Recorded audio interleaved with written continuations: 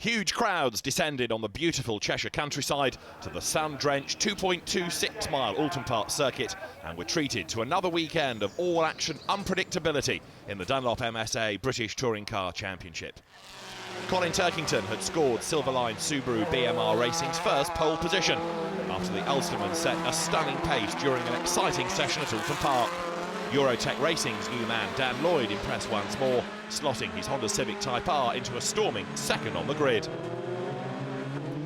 It's always a festival-like atmosphere at Oulton, and the spectators packing the banks and grandstands on Sunday were treated to a fever-pitched afternoon of entertainment.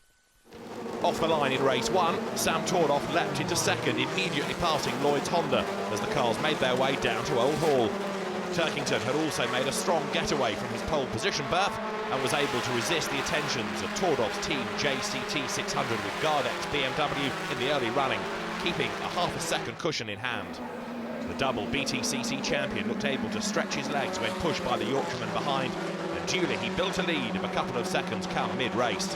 The sister BMW of Rob Collard, meanwhile, was in a spin down at the hairpin, leaving him down the order, and Gordon Shedden started to make his mark with a pass on Lloyd at the same spot for third.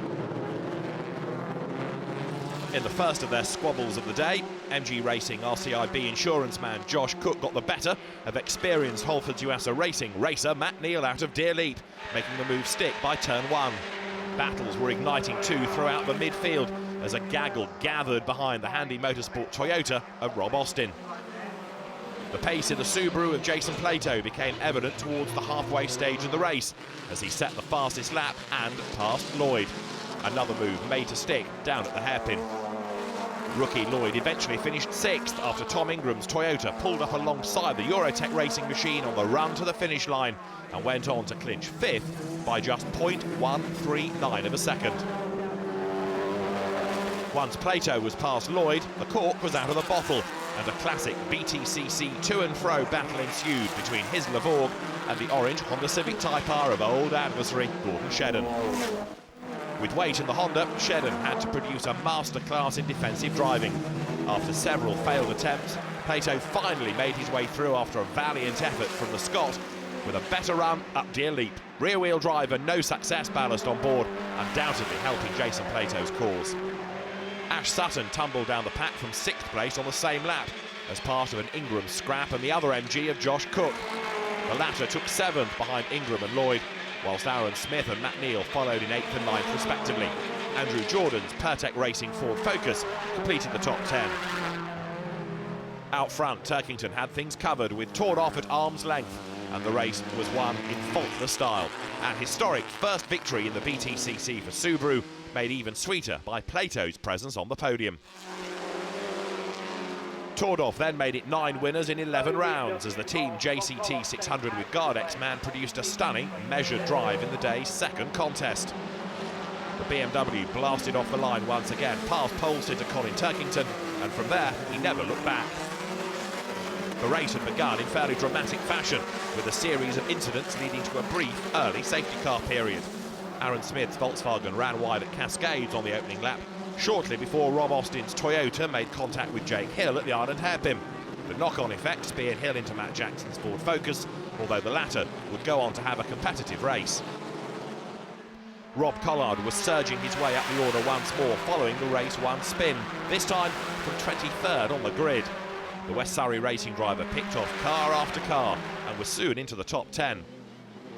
Collard then joined Josh Cook and Matt Neal in a three-way tussle for sixth, which would eventually end the BMW man's challenge. The MG Racing RCIB insurance driver was determined to keep the triple champion at bay. The pair went side by side making contact towards Cascades, but both the Honda and MG continued with only minor cosmetic damage. Bad luck struck once again on the day for WSR's Collard. He saw off Neal on lap 10 and made his way past Cook's MG 2 tours later. No sooner had he seemingly secured the move, however, than the BMW 125i M Sport ran wide on the exit of Old Hall. He returned to the circuit immediately in front of Cook, and the two touched, which broke a right rear suspension on Collard's machine. He limped back to the pit lane and fell down the order. Out front, it couldn't have been more different for the sister WSR BMW of Tordoff. A serene, controlled victory with menacing pace. Once again, 2 Subarus, those of Turkington and Plato, made up the remainder of the podium. Holford's USA Racing's Matt Neal secured victory in the final BTCC race at Oulton Park, and the outfit had originally looked in place to score a 1-2 finish after Gordon Shedden muscled his way past Josh Cook's MG on the opening lap. The 2 bright orange Civic Type Rs immediately set about pulling away from the rest of the field. Cook became embroiled in a fairly heated debate with Tom Ingram's Toyota as the pair tapped and nudged their way through the entire contest. Rob Collard, meanwhile, was making his presence felt with a staggering drive, his day already brimming with overtaking manoeuvres. There were more to come. The seasoned racer had seemingly carved his way through the field in each of the Oulton Park races, but misfortune had up to that point prevented him from scoring a real result. He would not be denied in race 3, however, as he stormed from 25th through the field. Shedden was never close enough to challenge his teammate, and then disaster struck for the Scotsman on the penultimate lap when a puncture, apparently after hitting a curb, forced him out of contention. Meanwhile, Collard beat Turkington's Subaru to the line by just 41 thousandths for a stunning 6th, given the circumstances. The Cook-Ingram battle would eventually play into the hands of the experienced Jason Plato. Ingram was run onto the grass as the gaggle of cars headed down to Lodge for the final time. The Speedworks star was determined not to let Cook past, but in holding up his rival, he merely opened the door for the Silverline Subaru BMR racing car of Plato to run around the outside and steal the final place on the podium. Despite being shuffled slightly down the order, young gun Ingram still went on to take his 3rd independence victory of the day, matching his best ever weekend points haul in the process. Torod's win sees him top Neal by just 1 point in the overall championship, with both drivers now pulling clear of the chasing pack headed by Shedden and Rob Collard. WSR leads the manufacturer's constructors points tally, whilst Team JCT 600 with Gardex tops the High-Q teams table. MG Racing RCIB insurance driver Ash Sutton maintained his advantage in the Jack Sears Trophy. The Dunlop MSA British Touring Car Championship now moves on to Croft in North Yorkshire in 2 weeks' time, the weekend of June the 18th and 19th. Well, Jason, what a weekend it's been. You arrived here with nothing. You're leaving with 3 drivers' trophies, including one for the first win for the Subaru with Colin Turkington. Great weekend. You know, we Thruxton was a real kick in the teeth for us. Actually, we weren't expecting that, and it was a big decision. And whilst it was never any doubt in the team's mind that it would come good, we were kind of secretly looking forward to this one because, we'd done quite a lot of development in rounds 1 and 2. We needed to wait for this inlet manifold, which would make the engine breathe a bit better. It doesn't give any more power; it just allows us to utilise the boost we've been given.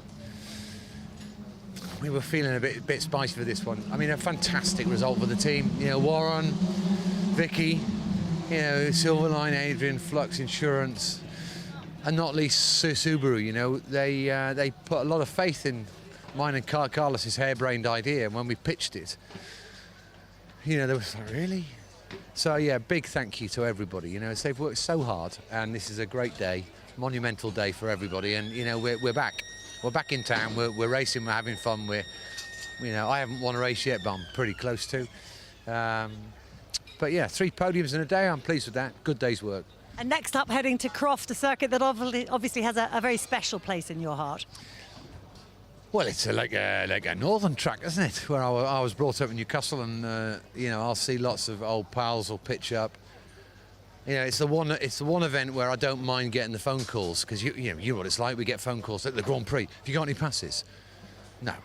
But at Croft, I quite like the phone ringing, because it's old pals that'll come and support, and it'll be nice to see them. I'll always stay over for the Sunday night and go and have a skinful in Newcastle, or shandy or something like that. But yeah, it's a great circuit. Look, the racing's always good up there. I think it'll suit the Subaru. It's traditionally been a rear-wheel drive track. So yeah, we've got a long way to go. We're still lacking in some areas. Our car's pretty good, not perfect yet, but for the first time this year, I'm really loving driving it. I found my little groove with it, and it feels part of me now. So yeah, can't wait for Croft. See you there.